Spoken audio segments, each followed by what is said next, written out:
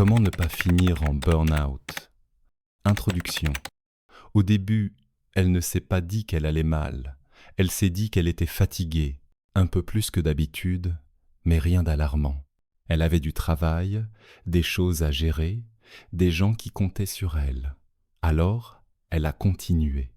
Elle s'est levée le matin, elle a fait ce qu'elle avait à faire, elle a répondu aux messages, elle a réglé les problèmes, elle a tenu ses engagements.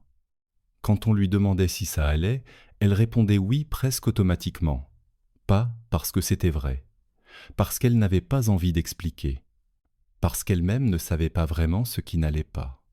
Ça n'a pas commencé par un grand choc, pas par une crise, pas par un jour où tout s'est écroulé d'un coup.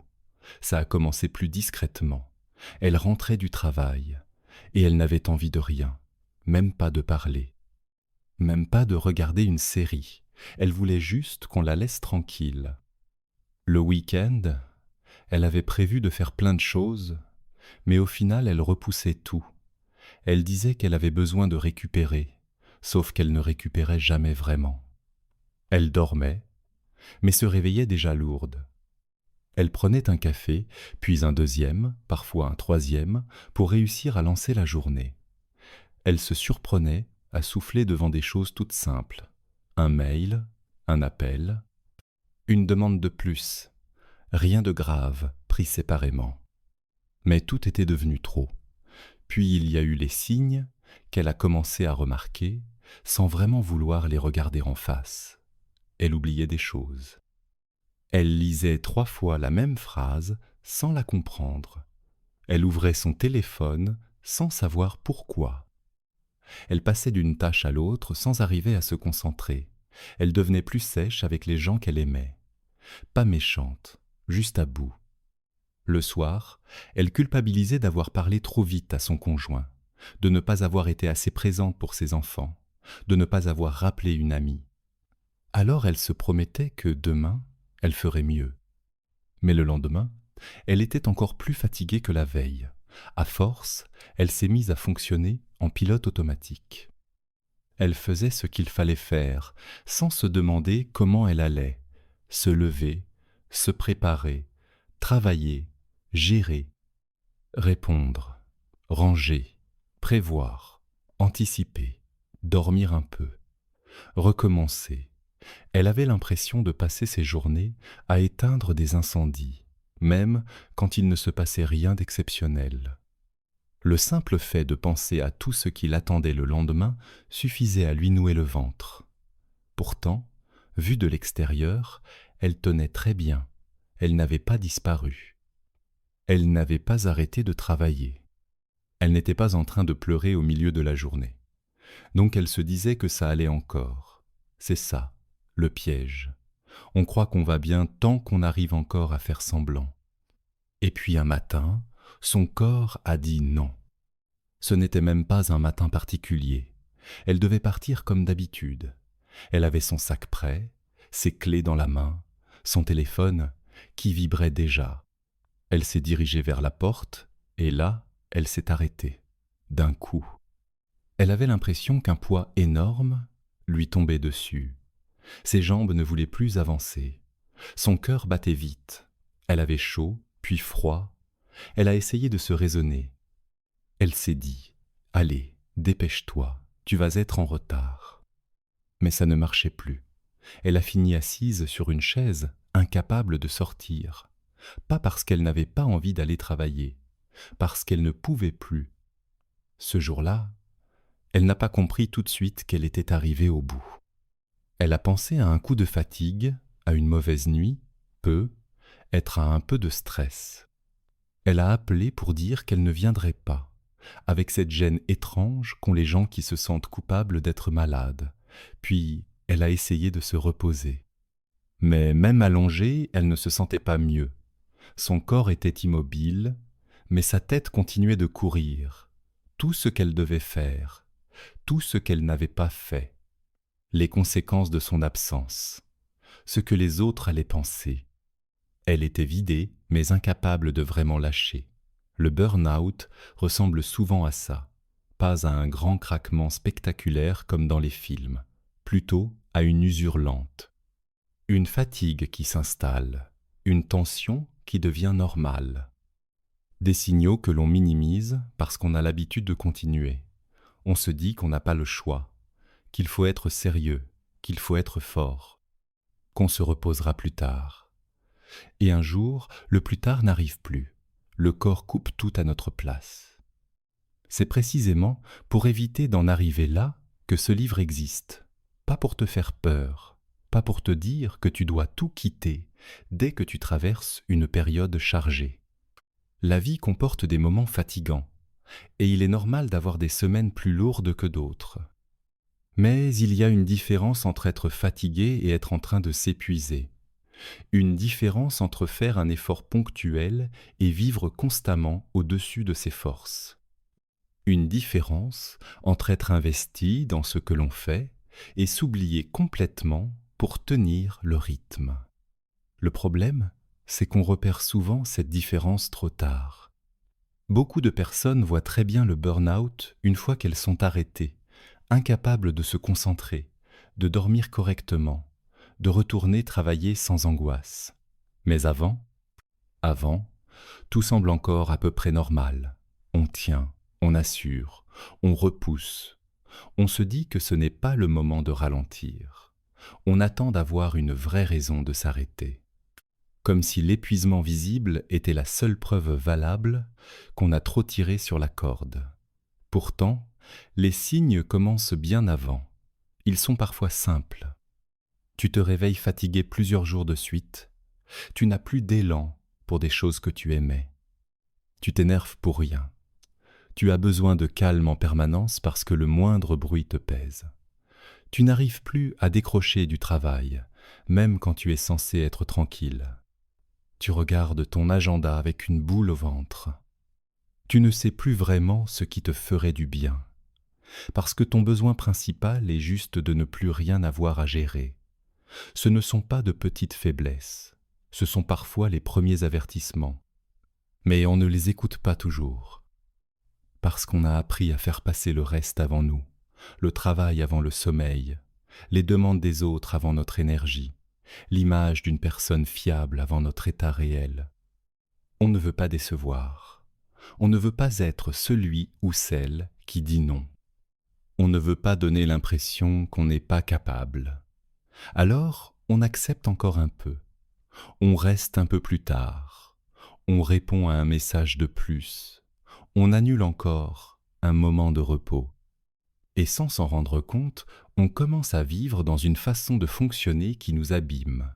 Certaines personnes croient que le burn-out arrive seulement à ceux qui n'aiment pas leur travail. C'est faux. On peut s'épuiser dans un métier que l'on aime, dans un projet qui nous tient à cœur, dans une entreprise qu'on a créée soi-même, dans une famille que l'on veut soutenir du mieux possible. Ce n'est pas toujours le manque d'envie qui mène à l'épuisement. Parfois, c'est au contraire le fait d'avoir trop longtemps donné sans mesurer ce que cela coûtait. On peut aimer profondément ce que l'on fait et ne plus être capable de continuer de cette manière. On peut aussi se brûler parce qu'on veut bien faire, parce qu'on veut que tout soit propre, bien organisé, terminé à temps, parce qu'on reprend les choses pour être sûr que ce soit correctement fait, parce qu'on pense qu'en contrôlant davantage, on sera moins stressé, alors qu'en réalité, on s'ajoute une charge énorme. On peut s'épuiser parce qu'on a du mal à déléguer, du mal à demander de l'aide, du mal à laisser une tâche incomplète. Vu de l'extérieur, ça ressemble parfois à du sérieux. À l'intérieur, ça devient une pression qui ne s'arrête jamais. Ce livre va parler de tout cela avec des mots simples. Il ne va pas te noyer sous des définitions compliquées. Il va te montrer comment on glisse, petit à petit, vers l'épuisement. Comment reconnaître les premiers signes? Comment comprendre les mauvaises habitudes qui nous mettent en danger? Comment apprendre à poser des limites avant que le corps ne nous force à tout arrêter? Parce que c'est bien cela le cœur du sujet. Le burn-out n'est pas seulement une histoire de travail. C'est aussi une histoire de limites que l'on n'a pas posées ou que l'on a laissé être dépassées trop souvent. Poser ses limites, ce n'est pas devenir égoïste. Ce n'est pas se plaindre pour un rien. ce n'est pas fuir ses responsabilités.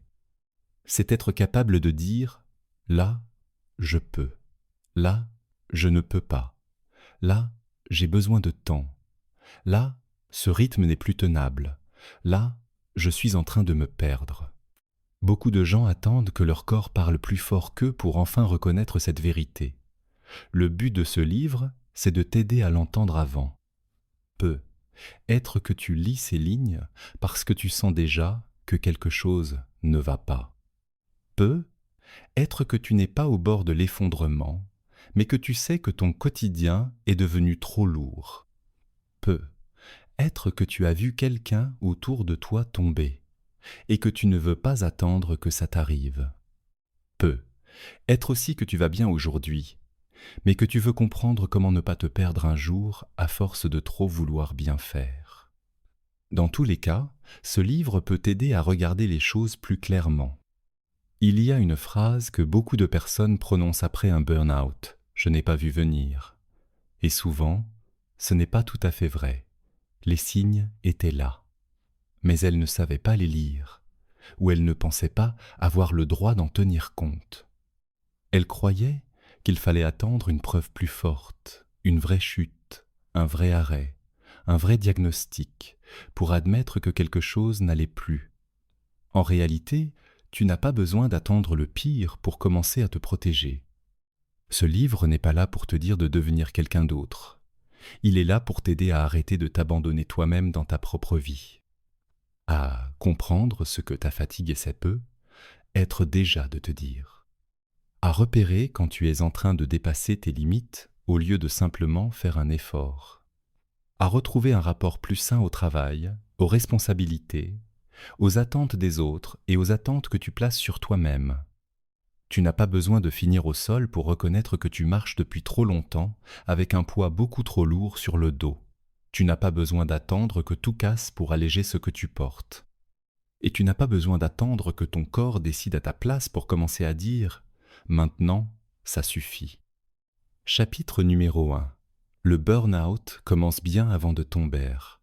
Quand on parle de burn-out, on pense souvent au moment où tout s'arrête, la personne qui n'arrive plus à se lever, celle qui se met à pleurer au travail sans réussir à se calmer, celle qui finit chez le médecin parce qu'elle n'arrive plus à dormir, plus à manger correctement, plus à se concentrer.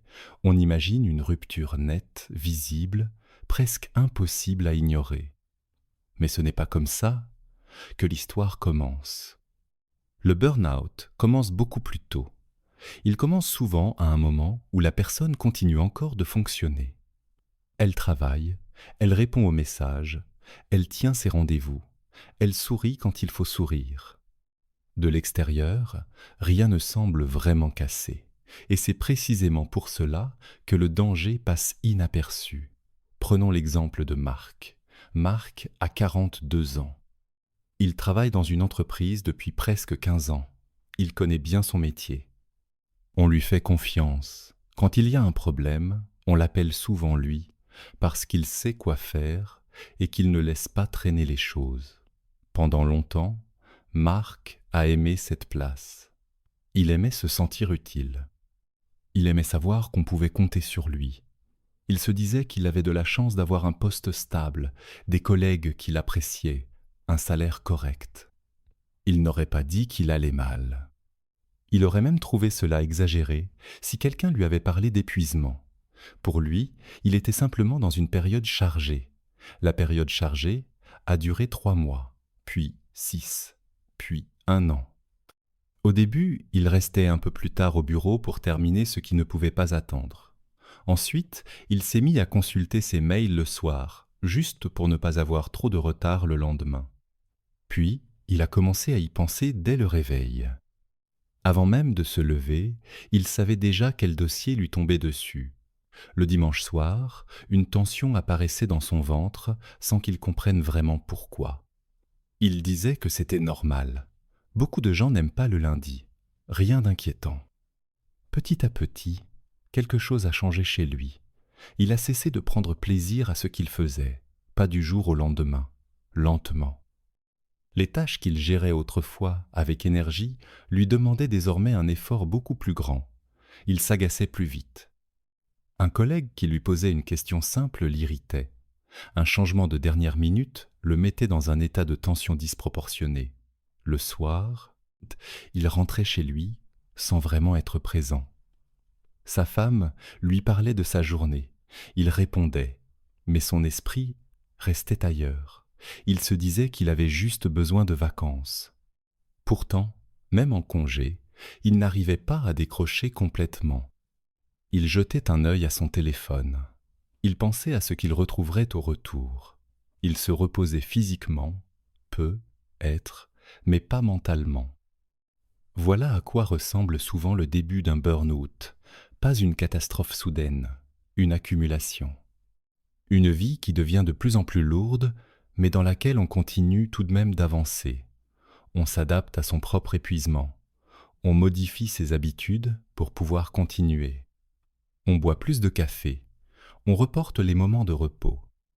On annule les activités qui nous faisaient du bien, non pas parce qu'on ne les aime plus, mais parce qu'on n'a plus l'énergie.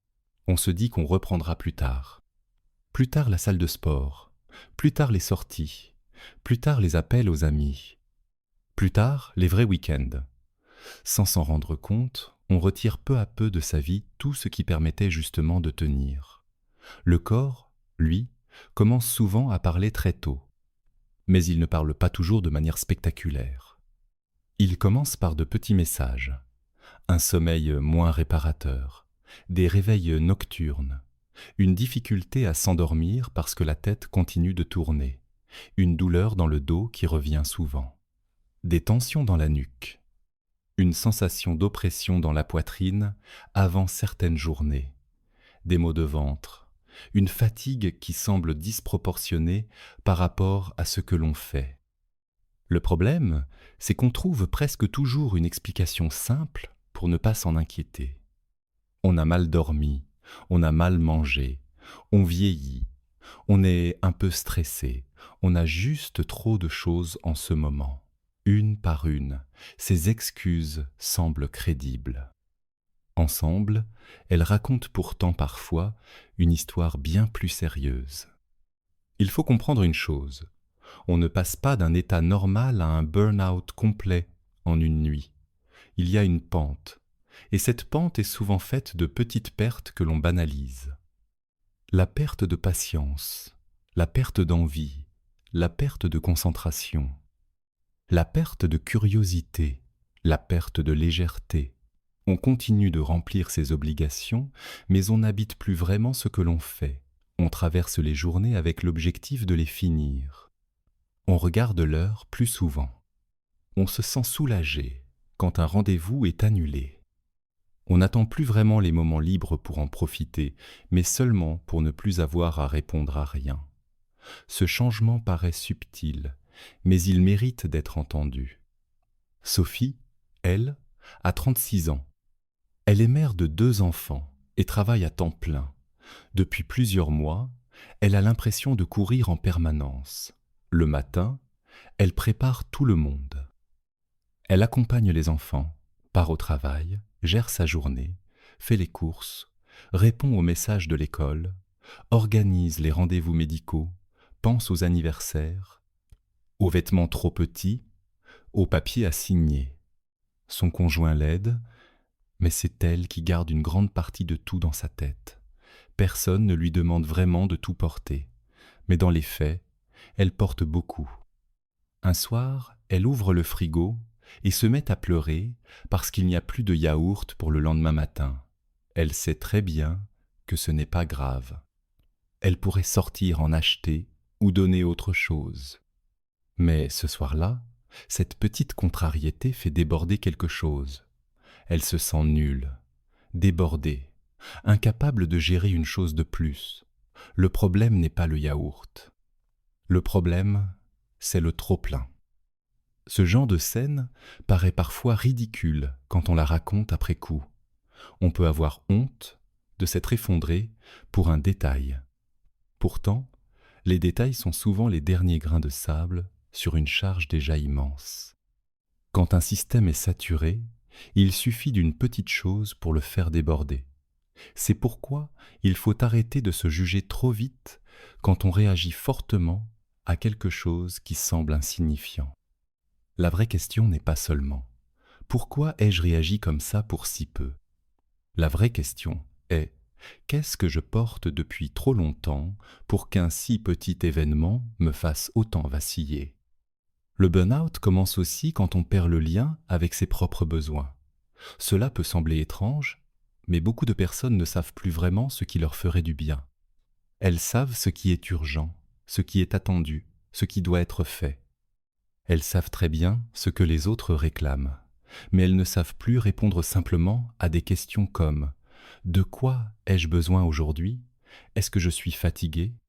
Est-ce que cette demande est raisonnable? Est-ce que j'ai réellement la place de dire oui ?» Elles ne se posent même plus ces questions, parce qu'elles se sont habituées à agir avant de s'écouter. Le corps passe après, l'envie passe après, l'état intérieur passe après. À ce stade, il ne s'agit pas encore toujours d'un burn-out installé. Il peut encore être possible de corriger la trajectoire, parfois avec des changements concrets mais simples. Alléger une charge, refuser certaines demandes, se faire aider, revoir un rythme devenu absurde, reprendre soin de son sommeil, parler à quelqu'un avant que tout devienne trop lourd. Mais encore faut-il reconnaître que l'on n'est pas juste dans un mauvais moment passager. Encore faut-il admettre que quelque chose dérive. Et c'est souvent là que l'on résiste le plus. On résiste parce qu'on se compare. On se dit qu'il y a pire. Que d'autres travaillent davantage. Que certaines personnes vivent des choses beaucoup plus difficiles. Alors, on invalide notre propre fatigue. On la met en concurrence avec la souffrance du monde, comme si seul le plus malheureux avait le droit de dire stop. C'est une erreur. Tu n'as pas besoin d'avoir la vie la plus dure pour être en train de t'épuiser. Tu n'as pas besoin d'être au bord du gouffre pour reconnaître que ton rythme actuel n'est pas bon pour toi. L'épuisement ne se mesure pas seulement en nombre d'heures ou en difficultés visibles. Il se mesure aussi à ce que ton corps et ton esprit encaissent réellement. On résiste aussi parce qu'on a peur des conséquences. Dire que ça ne va pas, c'est parfois ouvrir une porte que l'on ne sait pas refermer. Que va penser mon responsable? Est-ce qu'on va croire que je ne suis pas capable? Est-ce que ma famille va comprendre? Est-ce que je vais devoir changer quelque chose que je préfère encore éviter de regarder? Alors on choisit la solution qui semble la plus simple sur le moment. Continuer. Mais continuer coûte. Et le prix augmente avec le temps. Il y a enfin une autre raison pour laquelle le burn-out s'installe lentement. On peut s'habituer à aller mal. C'est être l'un des pièges les plus dangereux. Quand la fatigue devient permanente, on finit par l'intégrer à son identité. On dit « Je suis toujours comme ça. Je suis de nature stressée. J'ai besoin de peu de sommeil. Je suis quelqu'un qui pense beaucoup. Je suis juste moins patient en ce moment. » On transforme des signaux d'alerte en traits de personnalité. On cesse de se souvenir de ce que l'on ressentait avant de se lever déjà vidé, avant de redouter le dimanche soir, avant de ne plus avoir envie de voir personne, avant de se sentir constamment à la limite. Ce premier chapitre est là pour te faire regarder cette période avec honnêteté, pas pour poser un diagnostic à la légère, pas pour transformer chaque fatigue en catastrophe, mais pour te montrer que le burn-out commence rarement le jour où tout s'arrête. Il commence au moment où tu dois puiser dans tes réserves plus souvent que tu ne les reconstitues. Il commence quand la récupération ne suffit plus vraiment. Il commence quand tu continues à dire oui alors que ton corps et ton humeur commencent déjà à dire non. Il commence quand ton quotidien devient une suite de choses à supporter plutôt qu'une vie que tu traverses encore avec un minimum d'élan. Alors, pose-toi quelques questions simples. Depuis combien de temps te sens-tu fatigué sans vraiment récupérer? As-tu perdu le goût de choses qui te faisaient du bien? Es-tu plus irritable, plus froid, plus absent qu'avant? As-tu besoin de beaucoup plus d'efforts pour faire ce que tu faisais auparavant, sans trop y penser? T'arrive-t-il de te dire chaque semaine que tu tiendras encore un peu, juste le temps que la période passe? Si ces questions te touchent, ne les balais pas trop vite. Elles ne veulent pas forcément dire que tu es déjà en burn-out, mais elles peuvent indiquer que ton mode de vie actuel commence à te coûter trop cher. Marc, lui, n'a pas compris tout de suite. Il a attendu encore plusieurs mois. Il a continué parce qu'il pensait que les gens sérieux continuent. Puis un matin, en réunion, alors qu'un collègue lui posait une question très ordinaire, il n'a plus trouvé ses mots. Il savait parfaitement quoi répondre, mais son esprit s'est vidé. Il a senti ses mains trembler légèrement. Il a souri pour masquer le malaise et a demandé qu'on lui répète la question. Ce n'était pas encore l'effondrement, mais c'était un avertissement de plus. Un de ceux qu'il aurait aimé prendre au sérieux plus tôt. Le burn-out commence souvent par ce que l'on choisit de minimiser. Une fatigue qui dure, une humeur qui se dégrade, un plaisir qui disparaît, un corps qui insiste, une vie qui devient plus étroite. Ce sont ces premiers signes qu'il faut apprendre à reconnaître. Parce qu'une fois qu'on les voit, on peut commencer à agir. Et agir tôt fait toute la différence. Tu n'as pas besoin d'attendre de tomber pour admettre que tu vacilles déjà. Chapitre numéro 2. Pourquoi on dépasse ses limites sans s'en rendre compte? On pourrait croire que les gens finissent en burn-out parce qu'ils ne savent pas s'organiser, parce qu'ils acceptent trop facilement, ou parce qu'ils ne comprennent pas assez vite qu'ils vont mal. Mais dans la vraie vie, c'est souvent plus compliqué que ça. Beaucoup de personnes qui s'épuisent sont justement des personnes sérieuses, fiables, investies, capables. Elles savent faire face, elles savent prendre sur elles savent s'adapter. Et ce sont parfois précisément ces qualités qui les entraînent trop loin. Claire en était un bon exemple. À 39 ans, elle travaillait dans une agence de communication depuis plusieurs années. Elle n'était pas la plus bruyante de l'équipe, ni celle qui cherchait le plus à se mettre en avant, mais elle était celle à qui l'on confiait les dossiers sensibles, parce qu'elle répondait vite, parce qu'elle oubliait rarement quelque chose, parce qu'elle trouvait toujours une solution. Au début, elle en était fière, elle avait l'impression de progresser, de devenir indispensable, de prouver qu'elle méritait sa place. Quand son responsable lui demandait si elle pouvait reprendre un projet en retard, elle disait oui. Quand une collègue avait besoin d'aide, elle se rendait disponible.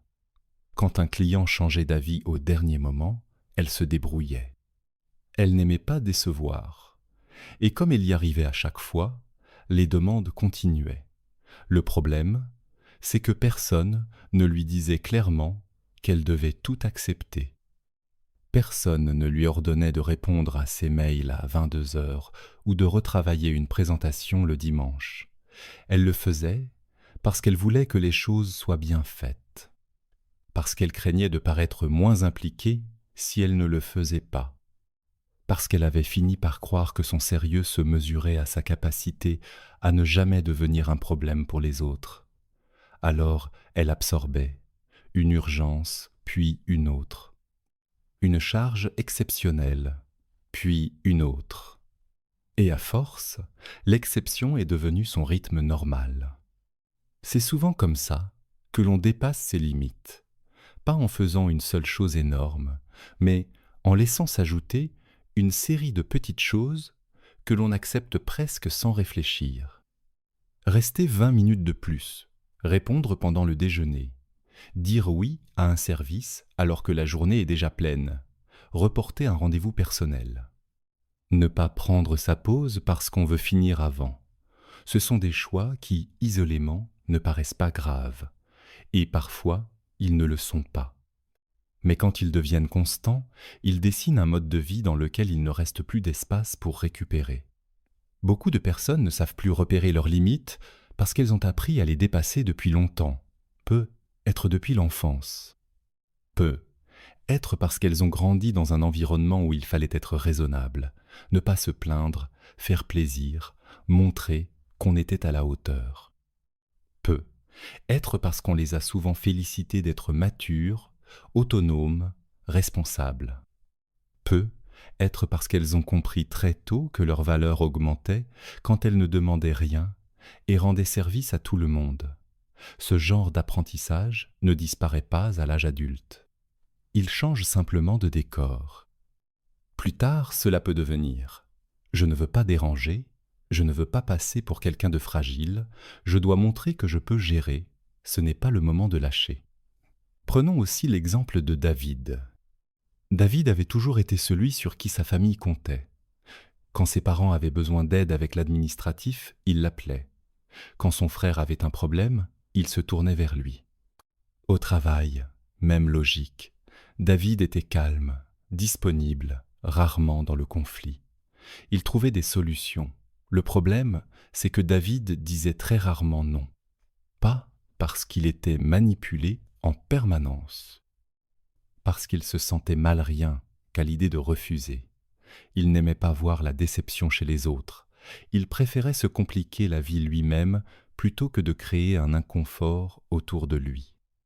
Pendant des années, cette manière d'être lui a donné l'impression d'être quelqu'un de bien. Puis un jour, il s'est rendu compte qu'il était épuisé presque tout le temps, mais qu'il n'arrivait même pas à identifier ce qui l'épuisait le plus. Tout semblait normal, puisque tout avait toujours fonctionné comme ça. Dire non paraît simple quand on en parle de loin. Dans la réalité, c'est parfois très difficile. Pas parce qu'on ignore le mot, mais parce que ce mot réveille beaucoup de choses. La peur d'être jugé, la peur d'être mal vu, la peur d'être remplacé, la peur qu'on nous trouve moins gentils, moins professionnels, moins investis. Alors, on préfère donner une réponse rapide qui soulage tout le monde sur le moment. Oui, je vais m'en occuper. Oui, pas de problème. Oui, je peux faire un effort. Et parfois, au moment même où l'on dit oui, quelque chose en nous sait déjà que ce sera de trop. Mais on passe outre. Il y a aussi ceux qui ne dépassent pas leurs limites à cause des autres, mais à cause de ce qu'ils exigent d'eux-mêmes. Ils n'ont pas toujours un patron toxique, une famille envahissante ou un entourage abusif. Parfois, ils se mettent eux-mêmes une pression énorme. Ils veulent rendre un travail parfait. Ils relisent 10 fois. Ils ont du mal à envoyer quelque chose tant qu'ils n'ont pas la certitude que personne ne pourra leur reprocher quoi que ce soit. Ils anticipent toutes les erreurs possibles. Ils pensent en permanence à ce qui reste à faire. Même quand la journée est terminée, leur cerveau continue. Ce perfectionnisme peut être valorisé au départ. On dit d'eux qu'ils sont rigoureux, très professionnels, exigeants, mais s'ils ne savent jamais s'arrêter, cette exigence devient une machine intérieure qui les use. Nadia connaissait bien ce mécanisme. Elle travaillait dans les ressources humaines. Chaque document qu'elle préparait devait être impeccable. Chaque entretien devait être anticipé. Chaque mail important pouvait rester ouvert pendant 20 minutes avant qu'elle ose cliquer sur envoyer. Elle avait peur des erreurs, même petites. Pas parce qu'on la terrorisait au bureau, mais parce qu'elle avait fini par associer l'erreur à quelque chose de presque honteux. Si quelqu'un lui signalait un oubli, elle y pensait pendant 2 jours. Si un dossier prenait du retard, elle le vivait comme une faute personnelle. Peu à peu, elle a commencé à faire plus que ce qui était nécessaire, non pas pour évoluer, mais pour éviter la moindre possibilité d'être prise en défaut. Sa fatigue ne venait pas seulement du volume de travail, elle venait aussi de la tension constante qu'elle mettait dans chaque tâche. C'est pour cela qu'un burn-out ne se résume jamais à une simple quantité d'heures. Bien sûr, la surcharge joue un rôle important. Mais 2 personnes avec un emploi du temps similaire ne vont pas forcément vivre la même chose. L'une arrivera à poser des bornes, à décider qu'une tâche attendra demain, à dire qu'elle n'a pas la disponibilité, à accepter qu'un résultat soit simplement bon plutôt que parfait. L'autre va tout garder en tête, tout reprendre, tout absorber, tout personnaliser. Elle s'épuisera plus vite parce qu'elle ne porte pas seulement la charge visible. Elle porte aussi toute la charge invisible, la peur, la culpabilité, l'anticipation, le besoin de contrôle. Il y a également une autre raison qui pousse à dépasser ses limites. On s'habitue à recevoir de la reconnaissance pour cela. Quand on est toujours disponible, les gens nous remercient. Quand on accepte de dépanner encore une fois, on nous dit qu'on est formidable. Quand on prend en charge ce que d'autres n'ont pas fait, on devient la personne fiable du groupe. Cette reconnaissance fait du bien. Elle donne le sentiment d'être utile, important, parfois même irremplaçable. Le danger, c'est qu'on finit par confondre ce que l'on fait avec ce que l'on vaut. On commence à croire que si l'on ralentit, on perdra aussi l'affection, l'estime ou la place que l'on a gagnée. C'est particulièrement vrai pour les personnes qui ont du mal à se sentir légitimes sans être utiles. Elles ne savent pas toujours recevoir sans donner en retour. Elles ont besoin de prouver qu'elles travaillent assez, prouver qu'elles sont de bons parents, prouver qu'elles méritent leur poste, prouver qu'elles gèrent leur vie. Elles courent parfois après une validation qu'elles n'arrivent jamais vraiment à intégrer. Même lorsqu'on les félicite, le soulagement dure peu. Très vite, elles repartent vers la prochaine chose à bien faire. De l'extérieur, elles peuvent donner l'impression d'être très solides. À l'intérieur, elles sont souvent en tension permanente. La société renforce beaucoup ce mécanisme. On parle énormément de productivité, d'objectifs, de performance, d'optimisation. On montre des gens qui se lèvent tôt, travaillent plus, avancent pendant que les autres dorment. On valorise ceux qui semblent capables de tout mener de front. Bien sûr, l'ambition n'est pas un problème. Vouloir progresser, construire quelque chose, se dépasser, ce n'est pas négatif en soi. Mais quand le message devient « tu devrais toujours faire plus, toujours améliorer ton rendement, toujours utiliser ton temps de façon rentable », alors il finit par abîmer ceux qui n'ont déjà plus beaucoup de place pour respirer. Certaines personnes ne s'autorisent plus un moment vide sans culpabiliser. Elles transforment chaque soirée, chaque dimanche, chaque repos en occasion de rattraper, apprendre, anticiper, produire. Le plus insidieux, c'est que cette dérive peut sembler positive au départ. On se dit qu'on est motivé, qu'on reprend sa vie en main, qu'on devient plus sérieux. Et parfois c'est vrai. Mais quand il n'y a plus de repos gratuit, plus de moments sans objectif, plus d'espace où l'on n'a rien à prouver, alors la discipline se transforme en pression. Le développement personnel lui-même peut devenir une nouvelle façon de se maltraiter si l'on l'utilise pour exiger encore plus de soi, sans jamais se demander de quoi on a réellement besoin. Pour ne pas finir en burn-out, il faut donc apprendre à reconnaître ce qui nous pousse à dépasser nos limites. Ce n'est pas toujours l'entreprise, ce n'est pas toujours la famille, ce n'est pas toujours un manque d'organisation.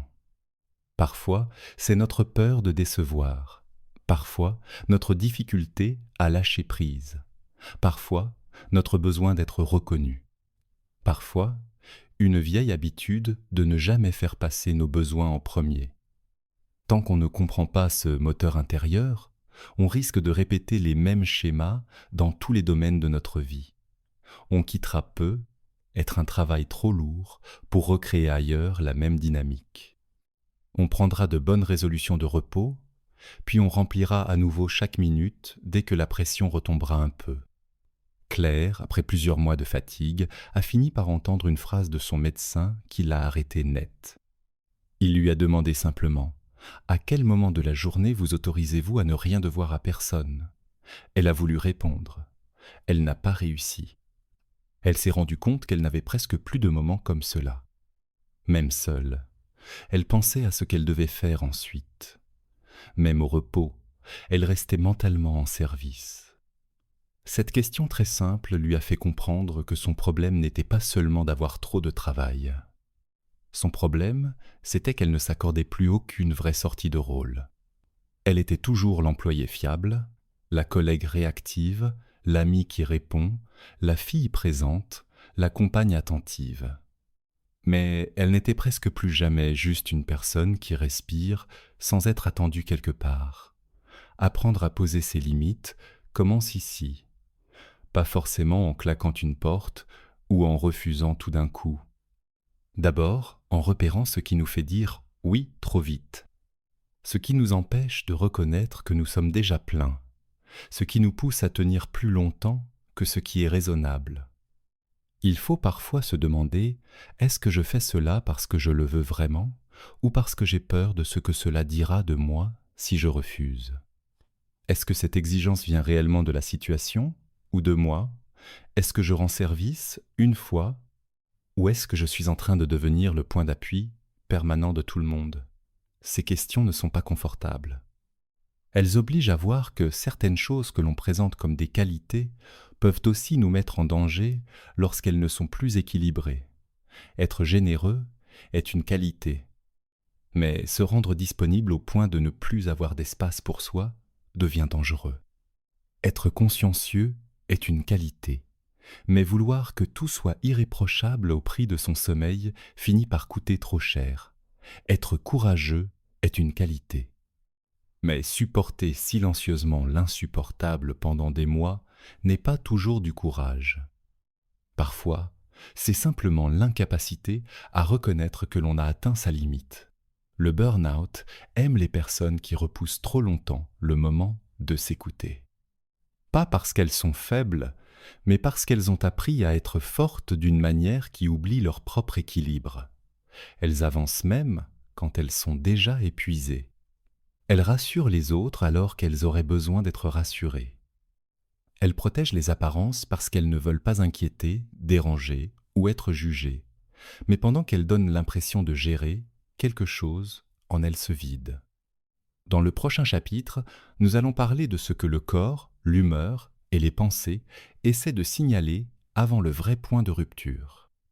Parce que lorsque l'on comprend mieux pourquoi on dépasse ses limites, il devient alors possible d'apprendre à repérer le moment précis où il faut commencer à freiner. Chapitre numéro 3. Les signes que ton corps essaie de t'envoyer, le corps prévient presque toujours avant de lâcher. Le problème, c'est qu'on ne comprend pas toujours son langage.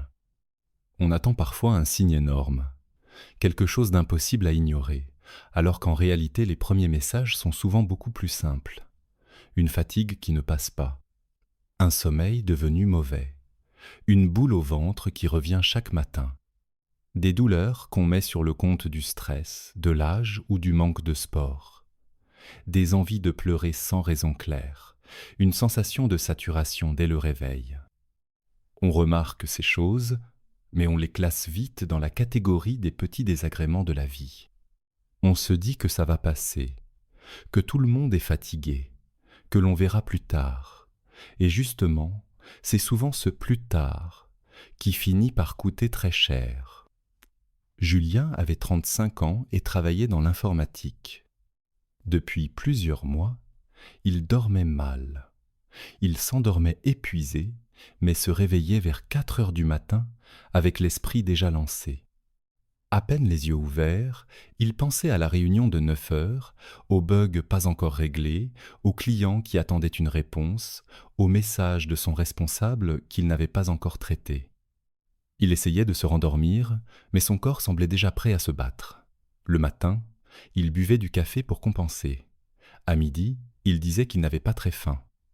Le soir, il était tellement vidé qu'il n'avait plus envie de rien. Pourtant, quand sa compagne lui demandait si ça allait, il répondait toujours « Oui, je suis juste crevé ». Il ne voyait pas qu'il n'était pas simplement fatigué. Il était en train de vivre dans un état d'alerte permanent. C'est souvent comme cela que le corps commence à parler. Il ne crie pas tout de suite, il répète doucement. Il montre que quelque chose ne revient plus à la normale.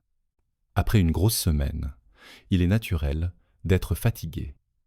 Après une période tendue, il est normal d'avoir besoin de récupérer.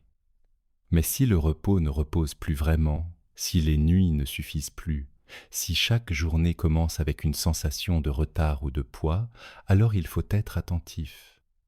Le corps n'est pas une machine que l'on peut pousser sans limite en espérant qu'il obéisse toujours.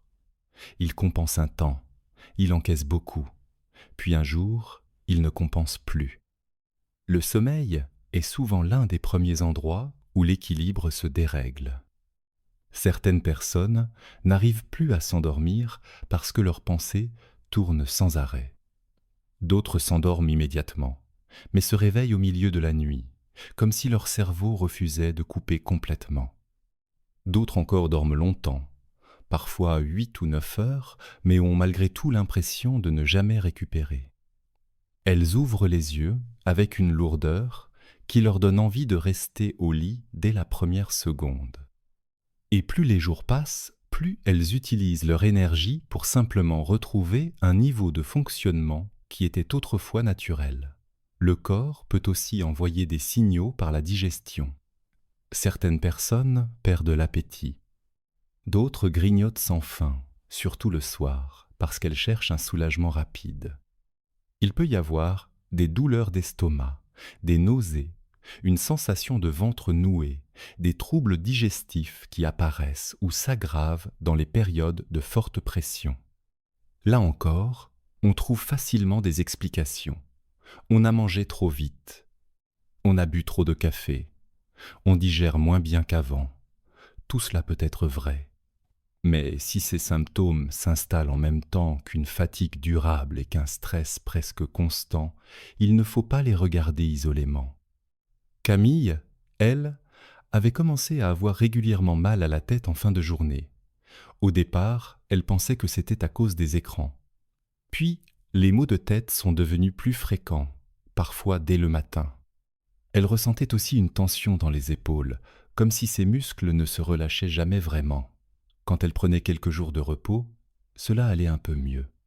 Puis tout revenait dès qu'elle reprenait son rythme habituel. Elle avait même pris l'habitude de plaisanter en disant que son corps n'aimait pas le lundi.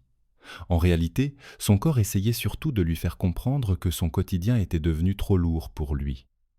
Il y a aussi les battements du cœur qui s'accélèrent sans raison évidente, la sensation d'oppression dans la poitrine, le souffle qui devient plus court, une impression de malaise dans des situations pourtant ordinaires, monter dans les transports, ouvrir sa boîte mail, entrer dans son bureau, recevoir un appel. Certaines personnes vivent ces sensations de manière très nette, d'autres de façon plus diffuse. Elles sentent seulement qu'elles sont constamment tendues, qu'elles n'arrivent jamais à relâcher complètement. Comme si une partie d'elles attendait en permanence une mauvaise nouvelle ou une urgence à gérer. Cet état d'alerte finit par épuiser profondément, même lorsqu'aucun danger réel n'est présent. Mais le corps ne parle pas seulement à travers les douleurs. Il parle aussi à travers l'humeur. Beaucoup de personnes qui se dirigent vers le burn-out ne se reconnaissent plus dans leur façon de réagir. Elles deviennent plus irritables. Elles ont moins de patience. Elles répondent sèchement pour des choses qui, autrefois, les auraient à peine touchées. Elles supportent mal le bruit, les questions, les imprévus. Elles n'ont plus la même tolérance à la frustration. Un retard, une remarque, une demande de plus, et l'agacement monte très vite. Puis, elles culpabilisent, parce qu'elles ont l'impression de devenir injustes avec les autres. Elles pensent qu'elles ont un problème de caractère, alors qu'elles sont peu, être simplement épuisées. Sonia, par exemple, ne comprenait pas pourquoi elle avait de moins en moins de patience avec ses enfants. Elle les aimait profondément. Pourtant, le soir, au moindre cri ou à la moindre demande répétée, elle sentait une tension immédiate dans tout son corps. Elle levait la voix plus facilement, puis elle s'en voulait toute la nuit. Elle se disait qu'elle n'était pas la mère qu'elle voulait être. Mais la vérité, c'est qu'elle arrivait en fin de journée complètement vide. Elle n'avait plus de réserve. Ses enfants n'étaient pas le problème. Le problème, c'était qu'elle avait déjà tout donné ailleurs avant de rentrer chez elle. Un autre signe, souvent sous-estimé, c'est le retrait. On annule plus souvent les invitations. On répond moins aux messages. On repousse les appels. On dit qu'on a besoin de calme, ce qui est parfois vrai, mais derrière ce besoin, il y a aussi une difficulté croissante à entretenir les liens. Voir des gens devient une charge de plus. Écouter devient difficile. Raconter sa journée paraît fatigant. On ne veut pas forcément être seul pour toujours, mais on n'a plus l'énergie de faire place à qui que ce soit. Ce retrait peut être progressif, discret, presque invisible. Et pourtant, il dit souvent beaucoup de l'état intérieur d'une personne. Il arrive aussi que l'on perde le plaisir. pas seulement le plaisir lié au travail, mais le plaisir tout court. Un repas que l'on aimait n'a plus vraiment de goût. Une sortie prévue depuis longtemps paraît finalement pesante. Une série, un livre, une activité qui faisait du bien semble demander trop d'efforts. On ne ressent plus l'envie avec la même intensité. On fonctionne, on remplit, on exécute, mais quelque chose s'est aplati. Cette perte d'élan est importante à écouter, surtout quand elle dure, parce qu'elle montre que l'épuisement ne touche plus seulement les moments de contrainte. Il commence à grignoter aussi les espaces qui, d'habitude, nous aident à tenir. Les pensées changent également. On rumine davantage. On anticipe le pire. On relit mentalement une conversation pendant des heures. On a du mal à prendre une décision simple parce que tout semble demander une énergie énorme. On passe beaucoup de temps à se reprocher ce qu'on n'a pas fait, plutôt qu'à reconnaître ce que l'on a déjà porté. Les idées deviennent plus sombres, plus dures envers soi-même. On se dit qu'on devrait être plus solide, qu'on n'a aucune raison d'être comme ça, qu'on est en train de devenir paresseux, faible ou incapable. Ces pensées ne sont pas seulement douloureuses. Elles aggravent souvent l'épuisement, parce qu'elles ajoutent une couche de jugement à une situation déjà difficile. Thomas, qui dirigeait une petite équipe, avait commencé à douter de tout. Chaque mail lui demandait un effort de relecture énorme. Chaque décision lui paraissait risquée. Il craignait de mal faire, de décevoir, de se tromper. Pourtant, il avait de l'expérience. Il avait déjà géré des situations bien plus complexes sans s'effondrer. Mais son esprit était devenu si saturé qu'il avait perdu une partie de sa confiance habituelle. Il pensait qu'il était moins compétent qu'avant. En réalité, il n'avait pas perdu ses compétences. Il n'avait simplement plus assez d'énergie mentale pour les mobiliser comme avant. Ce qui rend les signes du burn-out si difficiles à reconnaître, c'est qu'ils peuvent ressembler à beaucoup d'autres choses. Une mauvaise passe, du stress, un manque de vacances, un petit coup de fatigue. Et parfois, c'est effectivement cela. Il ne faut pas voir un burn-out derrière chaque baisse de forme.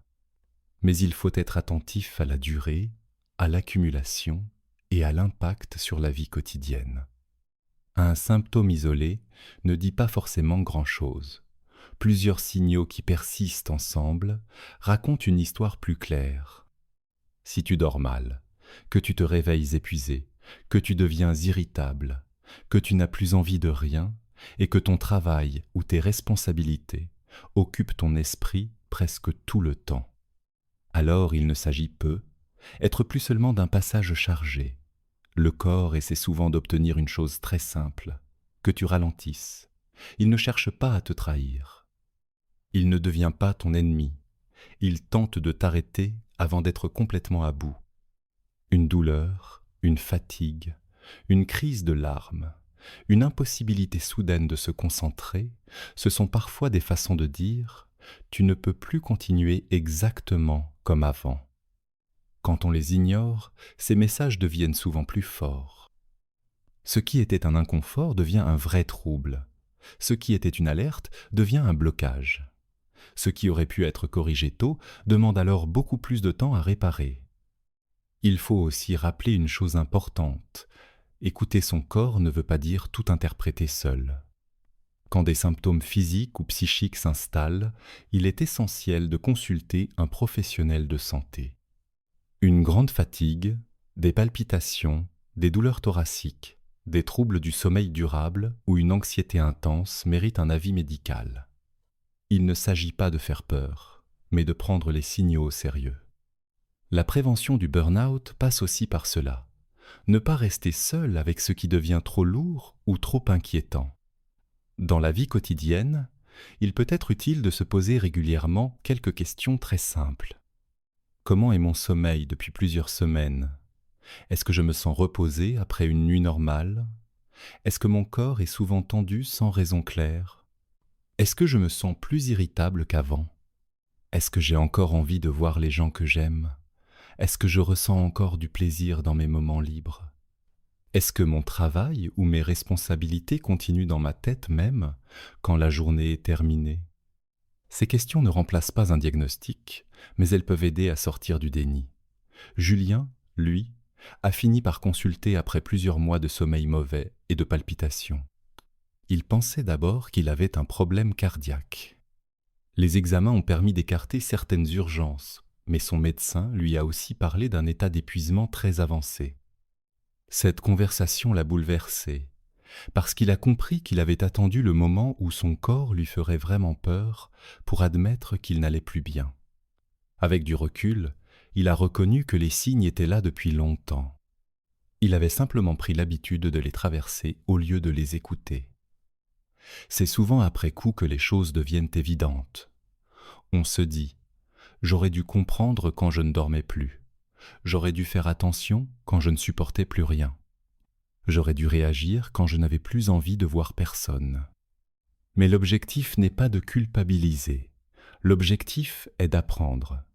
Si tu lis ce chapitre et que certains passages te parlent, ce n'est pas pour te reprocher d'avoir trop attendu. C'est peu. Être justement le bon moment pour commencer à entendre ce qui, en toi, essaie de se faire entendre depuis un moment déjà. Le corps ne demande pas toujours un bouleversement immense. Parfois, il demande simplement que l'on admette la réalité, que l'on cesse de dire que tout va bien quand chaque journée ressemble à un effort, que l'on reconnaisse qu'une fatigue profonde n'est pas un détail, que l'on comprenne qu'être à bout ne devient pas plus respectable parce qu'on le cache bien, et surtout que l'on accepte cette idée simple. Un signal ignoré ne disparaît pas forcément, il attend souvent de revenir plus fort. Apprendre à éviter le burn-out commence donc par une chose très concrète, ne plus traiter les avertissements de ton corps comme de simples nuisances à faire taire. Une douleur n'est pas toujours juste un obstacle à surmonter, une fatigue n'est pas toujours une faiblesse. Une perte d'envie n'est pas toujours un manque de motivation. Parfois, ce sont des messages. Et plus tu apprends à les écouter tôt, plus tu te donnes une chance d'agir avant d'être obligé de tout arrêter. Chapitre numéro 4. Apprendre à poser ses limites avant qu'il soit trop tard. Poser ses limites paraît simple quand on l'explique en une phrase. Dire non quand on ne peut pas. Demander du temps quand on en a besoin.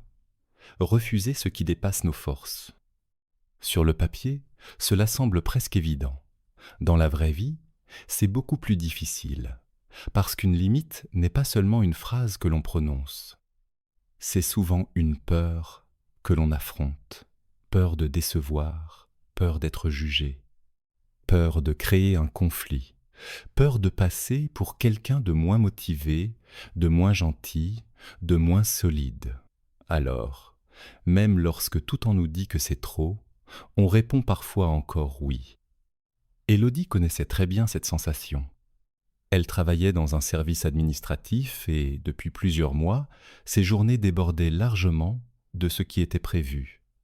Il y avait toujours une demande urgente, un dossier à terminer au plus vite, un collègue qui avait besoin d'un coup de main.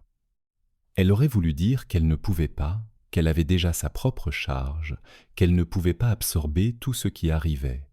Mais au moment d'ouvrir la bouche, elle se retenait.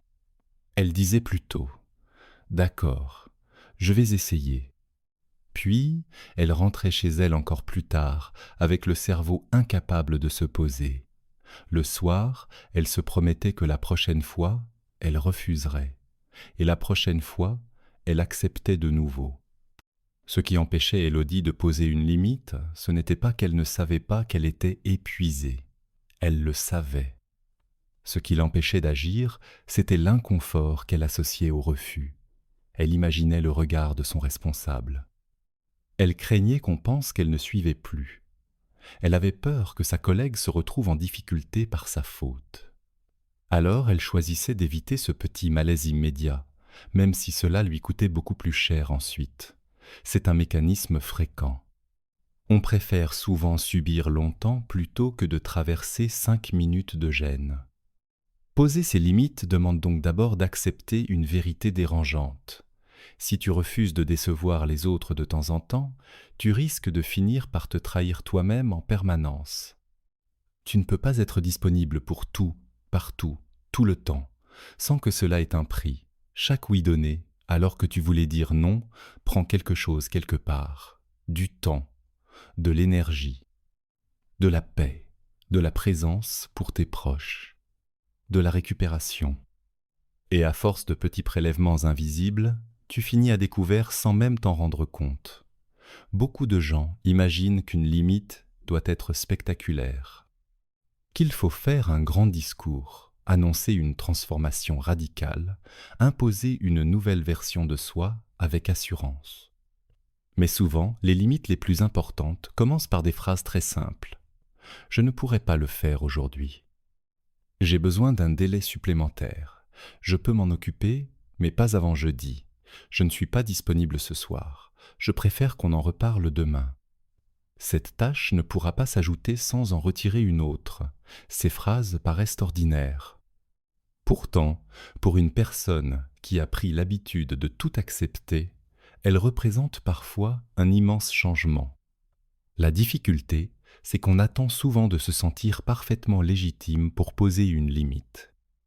On attend d'avoir une bonne raison, une raison incontestable, une raison qui ne pourra pas être critiquée. On voudrait presque un certificat intérieur qui autorise à dire non. Mais dans la réalité, le simple fait que quelque chose dépasse tes capacités du moment est déjà une raison suffisante. Tu n'as pas besoin d'être au bord de l'effondrement pour refuser une charge de plus. Tu n'as pas besoin d'avoir 39 de fièvre pour annuler un engagement que tu n'as plus l'énergie de tenir. Tu n'as pas besoin d'être détruit pour reconnaître que tu dois ralentir.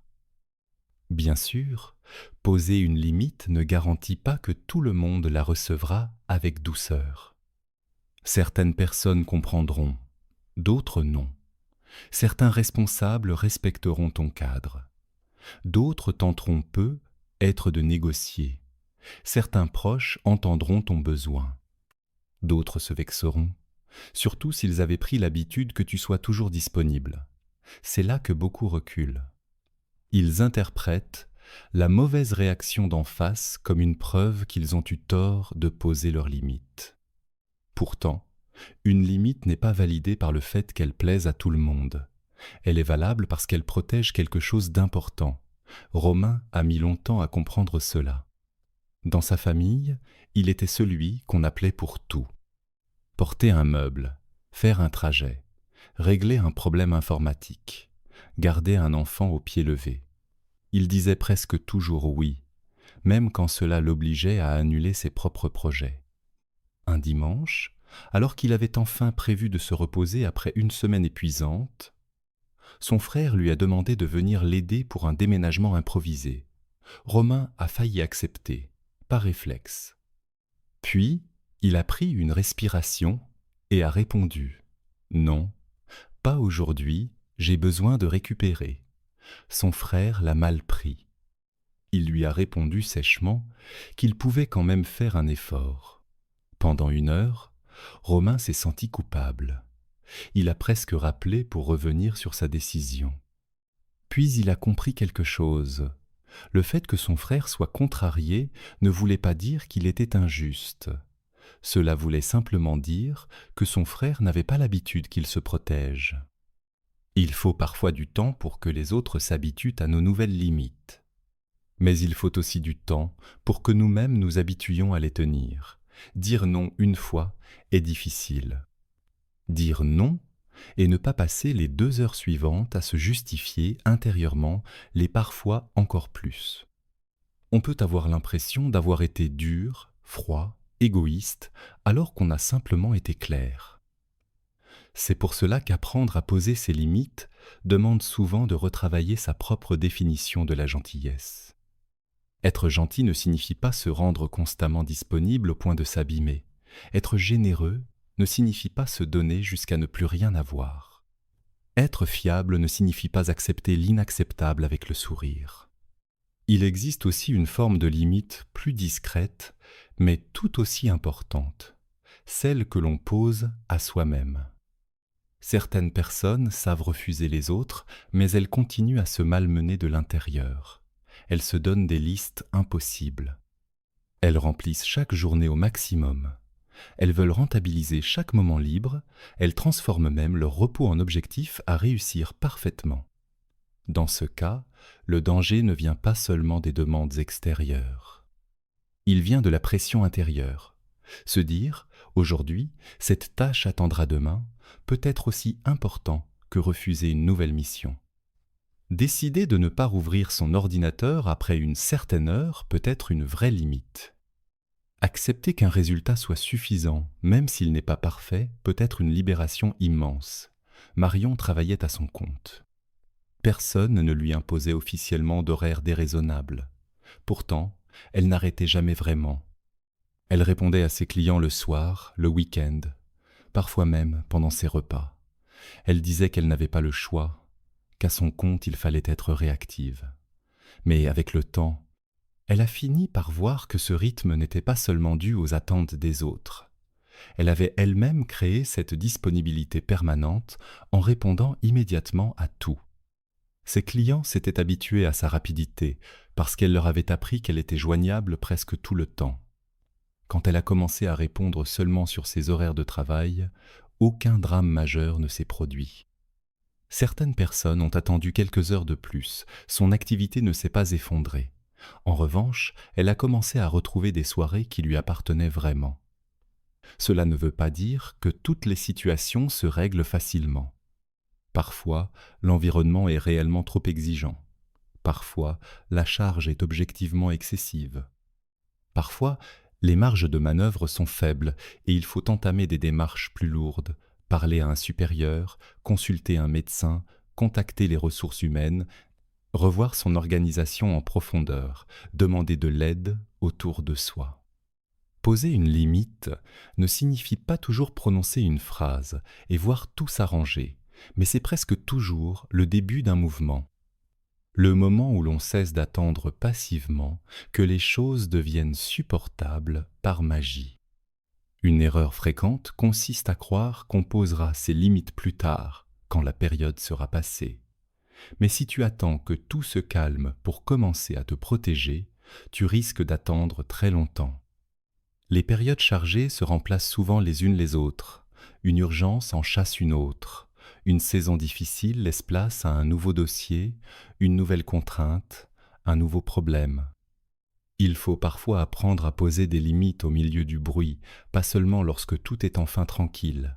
Sinon, ce moment idéal n'arrive jamais. Concrètement, cela peut commencer par observer les situations dans lesquelles tu dis oui trop vite. Est-ce au travail, en famille, avec tes amis, avec ton conjoint? Est-ce que tu acceptes parce que tu en as réellement envie ou parce que tu veux éviter un malaise? Est-ce que tu gardes l'habitude de répondre immédiatement à toutes les sollicitations? Est-ce que tu te laisses un temps de réflexion avant de donner ta réponse? Une phrase simple peut déjà changer beaucoup de choses. Je te réponds un peu plus tard. Cela semble anodin, mais cela t'évite de dire oui sous la pression de l'instant. Tu récupères quelques minutes ou quelques heures pour vérifier si tu as vraiment la place d'accepter. Il est aussi utile de comprendre qu'une limite claire vaut souvent mieux qu'une fausse disponibilité accompagnée de ressentiment. Beaucoup de gens acceptent, puis deviennent agacés, distants, froids, parce qu'au fond, ils se sentent débordés ou exploités. Ils n'ont pas dit non au bon moment, alors leur fatigue ressort autrement. Une réponse honnête aurait parfois évité beaucoup de tensions. Dire non calmement peut préserver une relation davantage que dire oui contre soi-même, puis reprocher silencieusement à l'autre de nous demander trop. Il faut également faire attention à cette tendance à tout justifier. Certaines personnes annoncent une limite, puis ajoutent immédiatement 10 explications pour se défendre. Je suis désolé, j'aurais vraiment voulu. Mais tu comprends, j'ai déjà ceci, puis cela, et je suis un peu fatigué, et je ne veux pas te laisser tomber, et peut être la semaine prochaine. À force de trop se justifier, on donne parfois l'impression que la limite est négociable. On cherche à obtenir l'approbation de l'autre avant d'avoir le droit de se protéger. Pourtant, une phrase simple peut suffire. Je ne pourrai pas. Merci de ta compréhension. Cela ne veut pas dire devenir sec ou brutal. Cela veut dire ne pas transformer chaque besoin légitime en procès à défendre. Apprendre à poser ses limites demande aussi d'écouter ce qui se passe après avoir dit oui. Il arrive que l'on accepte quelque chose de bonne foi, puis que l'on réalise ensuite que cela nous surcharge. Dans ce cas, il vaut mieux réajuster que continuer jusqu'à l'épuisement par peur de revenir sur sa parole. Dire « Je pensais pouvoir le faire, mais je me rends compte que ce ne sera pas possible dans ce délai, et parfois plus sain que de sacrifier ses soirées pour sauver une image de fiabilité parfaite. » Être responsable ne signifie pas toujours tout tenir, coûte que coûte. Cela signifie aussi signaler honnêtement quand une demande n'est plus réaliste. Au fond, poser ses limites revient à accepter que notre énergie est réelle, mais limitée. Ce n'est pas une faiblesse. C'est une donnée normale de la vie humaine. Nous avons tous des ressources, mais elles ne sont pas infinies. Quand on les gère comme si elles l'étaient, on finit par s'abîmer. Quand on apprend à les respecter, on ne devient pas moins capable. On devient plus durable, plus juste, plus présent dans ce que l'on choisit vraiment de faire. Ce changement peut sembler modeste au départ. Refuser un appel tardif, ne pas répondre tout de suite à un message, prendre une vraie pause, déjeuner.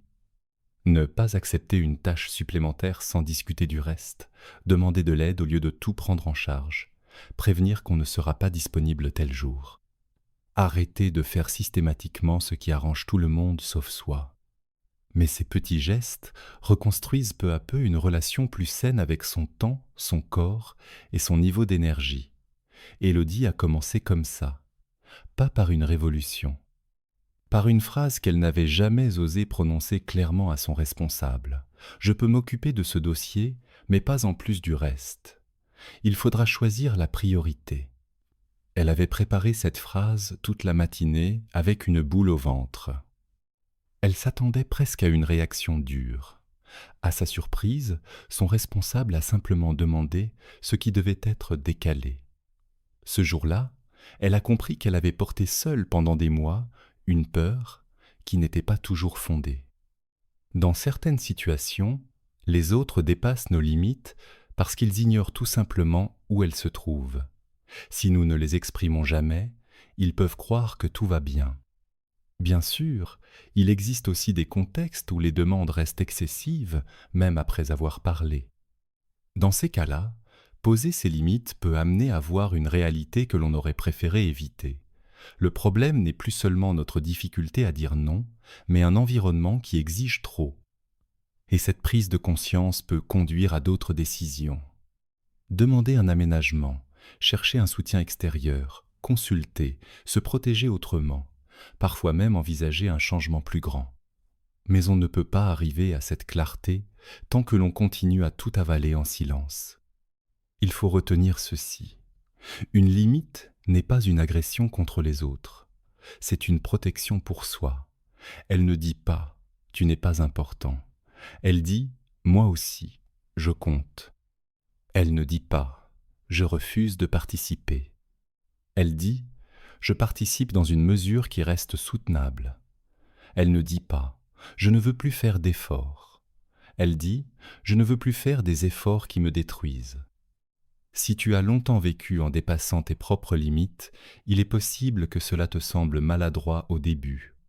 Tes premiers refus seront peu, être trop long, trop expliqué, hésitant. Tu ressentiras peu, être de la culpabilité. Tu douteras, c'est normal. Tu es en train d'apprendre une manière différente d'exister dans tes relations et dans ton travail. Une manière où tu ne mesures plus ta valeur à ta capacité de tout encaisser. Avant de poser une limite aux autres, il faut parfois commencer par te poser à toi-même une question très simple. Combien de temps puis-je encore continuer comme ça sans me faire du mal? Si la réponse est « pas longtemps », alors il faut arrêter d'attendre un signe plus clair. ce signe est déjà là.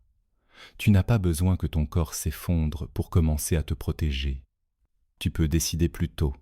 Tu peux ajuster avant la rupture. Tu peux apprendre à dire non avant que toute ta vie ne soit forcée de s'arrêter. Poser ses limites ne fait pas disparaître toutes les difficultés, mais c'est l'un des gestes les plus importants pour ne pas finir en burn-out.